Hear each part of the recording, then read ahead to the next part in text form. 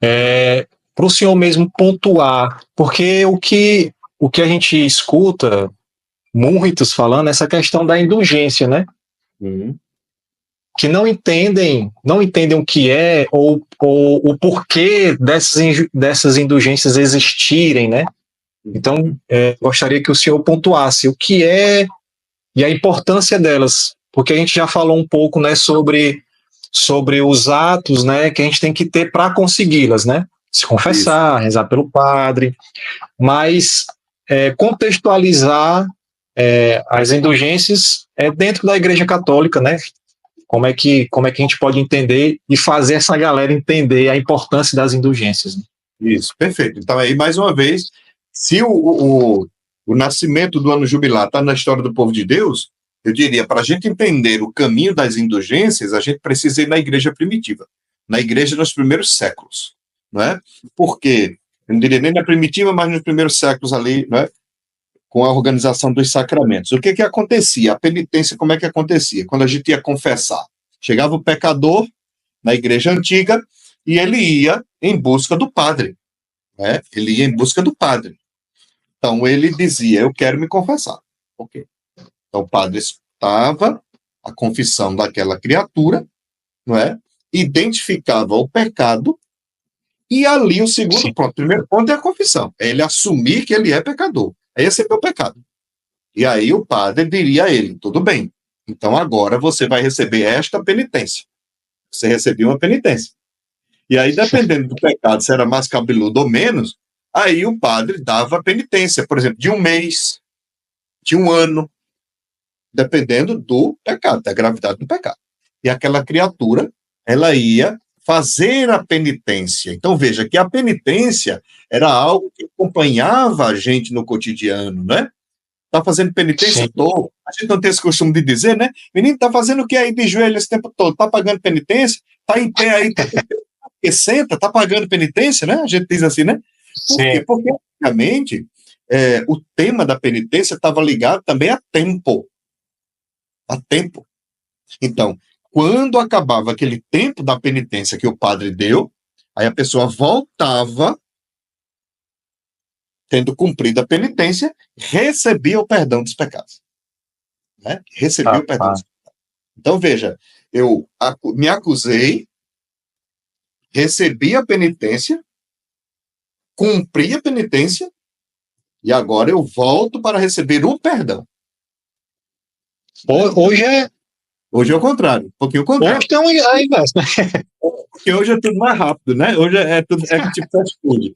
Então, você vai, se acusa, apresenta, né, o seu pecado, recebe ali a absolvição e recebe a penitência para colocar em prática.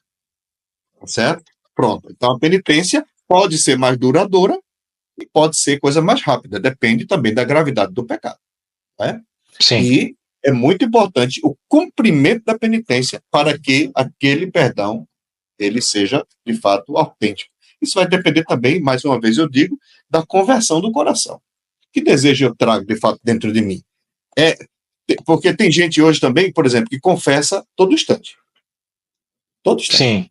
Você pedir uma penitência mais larga, a pessoa muda de padre.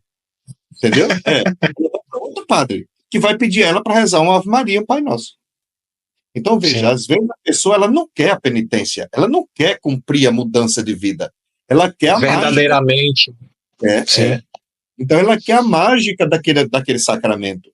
Como diz o Papa Francisco, isso é um desrespeito com o sacramento, porque não está gerando conversão. Né? E sacramento não é mágica. Então, é preciso que eu, de acordo com o meu pecado, eu esteja atento à penitência que o padre vai dar e coloque em prática. Porque o processo não terminou. E aí, veja bem, para a gente entender a indulgência. E qual é o papel da indulgência? É perdoar os pecados? Não. Quem perdoa os pecados é a confissão. O papel da indulgência é resolver os resquícios da confissão, da absolvição e da penitência. Porque quando a gente se confessa, a gente assume o nosso pecado, a gente também, diante daquela assumir o pecado, a gente também, mesmo perdoado, vai sentir os efeitos do que o padre sugere como uma vida nova. Vou dar um exemplo. Você está viciado, sei lá, em celular, em joguinhos, sei lá, em pornografia, não sei. Tem tantos vícios hoje na internet. Então você pede o perdão. Certo? Só que você também recebe o perdão. O padre dá uma penitência. E você até cumpre. Só que fica em você o vício. Fica em você os resquícios, as marcas daquele pecado. Te impulsionando a todo instante para fazer de novo, buscar de novo, cair de novo naquela tentação. É como se você tivesse sido ferido, curou, fez um curativo, fez uma cirurgia, secou, mas ficou aquela marca. Então a indulgência, ela quer, eu brinco dizendo, é uma cirurgia plástica. Vai limpar aquela pele ferida. A indulgência, ela vai purificar os resquícios do nosso pecado. Veja, mas você já recebeu o perdão, já cumpriu a penitência, e agora você vai, por essa indulgência, rezando, buscando a confissão, rezando pelo Santo Padre, professando a fé, praticando a caridade, você está recebendo a indulgência, passando pela Porta Santa, participando da peregrinação. Então eu diria, é o coroamento da graça de Deus em nossa vida, já perdoados, e Deus nos dá essa graça de a gente se livrando daquilo que a gente poderia só pagar no purgatório. Então a indulgência nos adianta. Eu costumo brincar, dizer, é um adiantamento da nossa dívida. Né? A gente está pagando, está purificado e se libertando do purgatório. Não é? Porque o purgatório é esse lugar de espera também, não é? De purificar um pouco os resquícios do nosso pecado já perdoado. Sim. Nosso pecado. Então, com a indulgência, a igreja nos dá a graça de participar e saborear desse tesouro, né? Desse tesouro, que é a misericórdia de Deus, purificando os resquícios da nossa culpa, do nosso pecado já perdoado. Porque sempre fica os resquícios. Tem gente até, Tereza, que faz assim, ai, padre, eu vim aqui ontem, me confessei, mas eu senti que faltava falar mais coisas, porque ainda tem mais coisas. Mas não é mais coisas, não são mais coisas. São os resquícios daquele pecado mais grave que você confessou.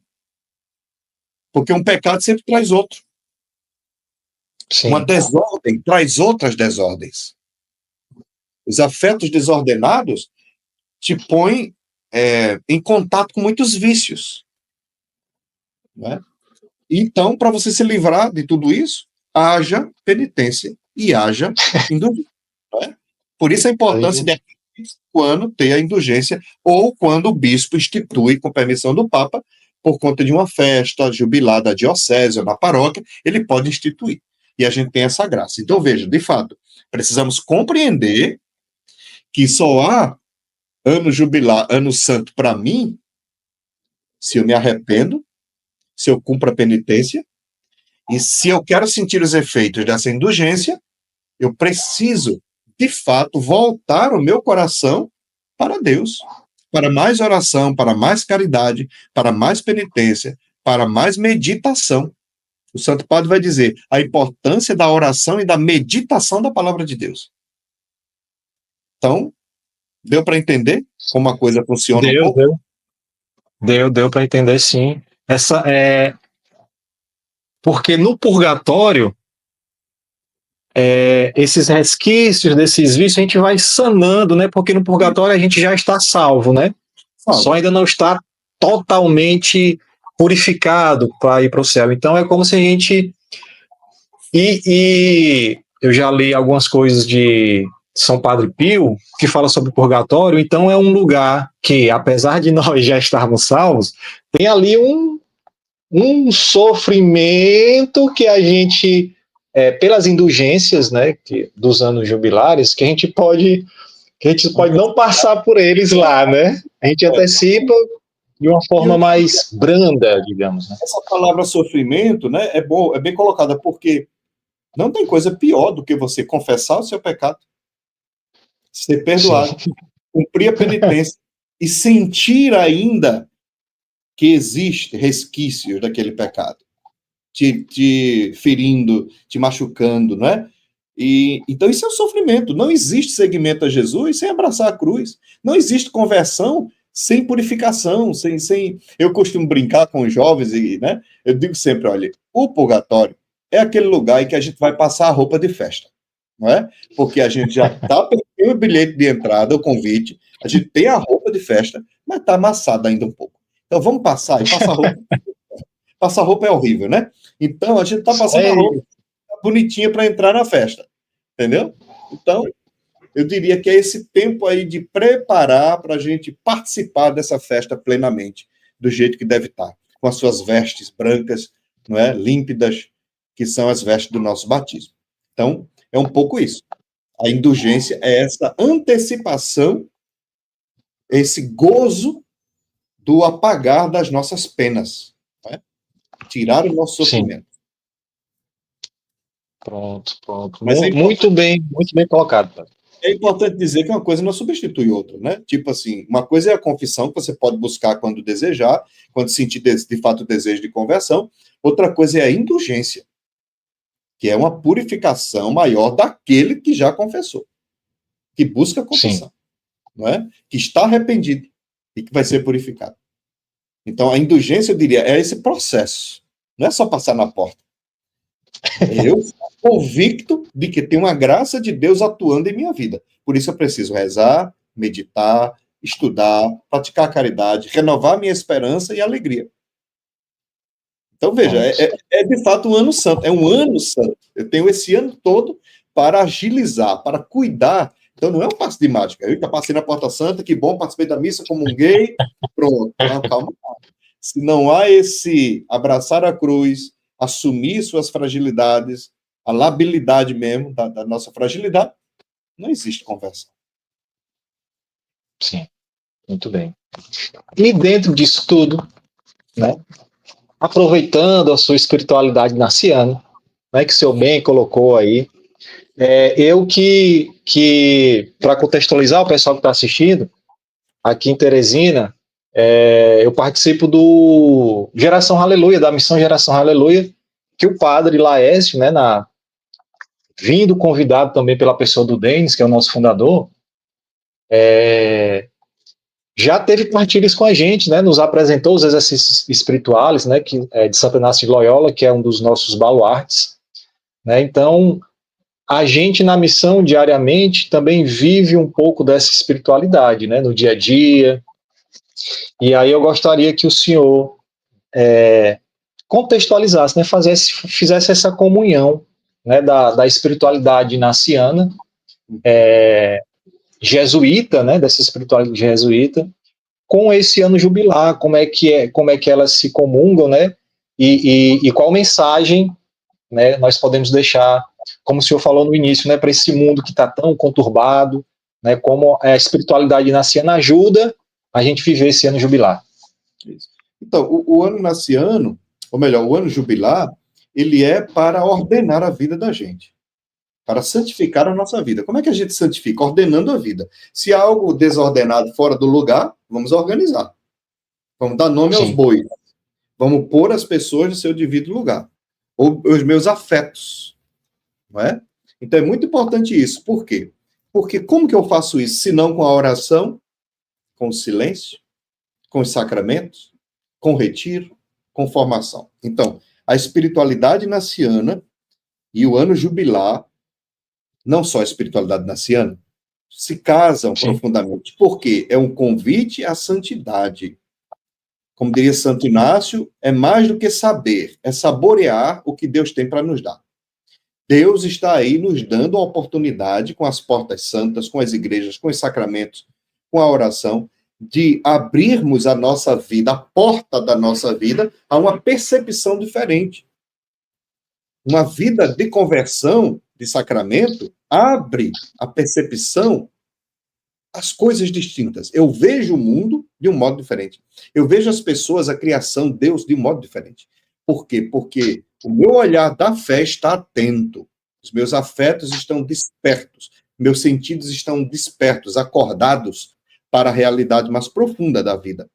Então, a espiritualidade naciana, ela tenta ordenar a vida interior, os afetos, converter os sentidos. E o ano jubilar é essa grande porta que nos convida a que ordenemo-nos, santifiquemo-nos a um Deus aí misericordioso, com seu Espírito, nos convidando, nos dando tantas graças e graças e graças e graças, para que sejamos melhores cristãos no mundo, na sociedade.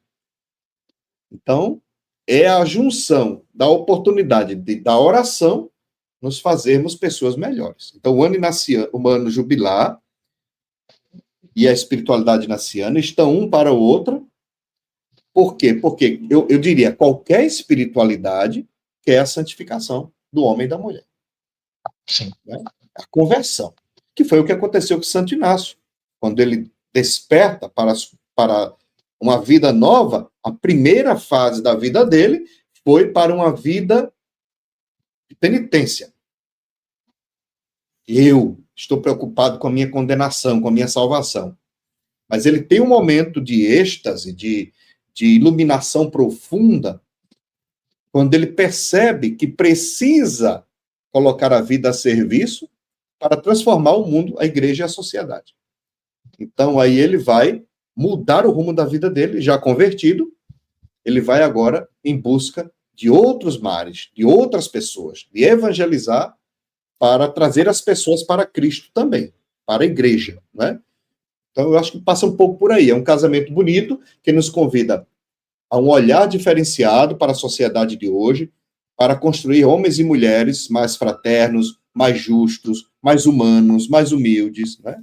E tudo isso é possível, se há uma verdadeira conversão. Sim. Eu falo igual o homem da cobra, você viu? Você dá, eu vendo gás, eu converso. E a gente levanta